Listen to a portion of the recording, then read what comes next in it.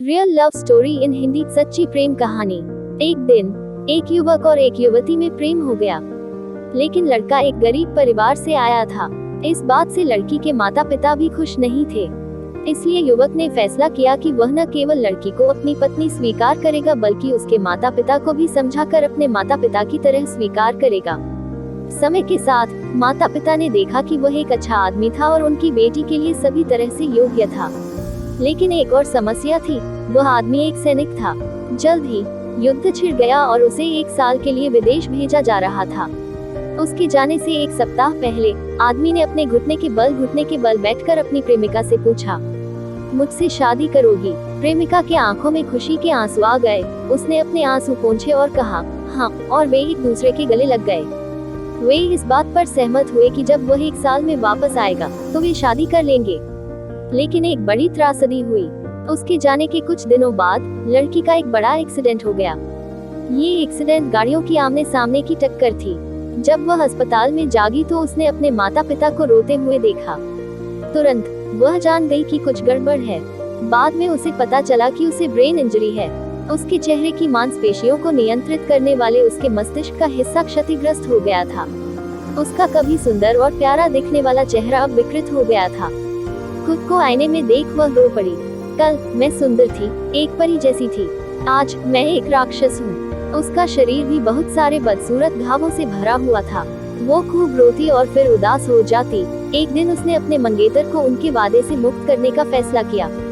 वह जानती थी कि वह उसे अब और नहीं चाहेगा। वह उसके बारे में भूल जाना चाहती थी और उसे फिर कभी नहीं उसका सामना नहीं करना चाहती थी।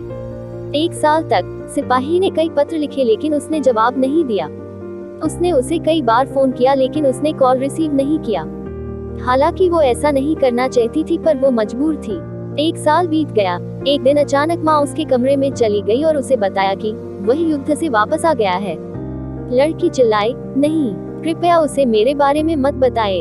उसे मत बताना कि मैं यहाँ हूँ। माँ ने कहा, उसकी शादी हो रही है और उसमें तुम्हें अपनी शादी का निमंत्रण भेजा है। लड़की का दिल बैठ गया।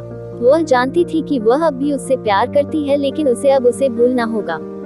बड़े दुख के साथ उसने शादी का निमंत्रण खोला और फिर उसने उस पर अपना नाम देखा। उसे कुछ भी समझ नहीं आ रहा था। उलझन में उसने पूछा, यह क्या है? तभी युवक फूलों का गुलदस्ता लेकर उसके कमरे में दाखिल हुआ। वह उसके पास घुटने टेककर बैठ गया और पूछा, क्या तुम मुझसे शादी करोगी? लड़की ने अपना चेहरा अपने हाथों से ढांक लिया और कहा, मैं बदसूरत हूँ, तुम अगर ठीक से मुझे देखोगे तो तब तुम्हें सच्चाई पता चलेगी। और उसने अपने चेहरे से हाथ हटा दिया। उस युवक ने कहा, तुम्हारी अनुमति के बिना तुम्हारी माँ ने मुझे तुम्हारी तस्वीरें भेजी।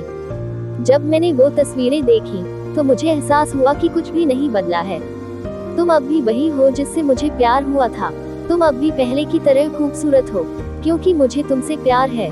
दोस्तों, अक्सर लोग ऐसी बातें करते हुए पाए जाते हैं कि प्रेम अंधा होता है। सच्चा प्यार शरीर से नहीं, आत्मा से किया जाता है। लेकिन दुनिया की कड़वी सच्चाई यह है, लोग इसके विपरीत ही करते हैं।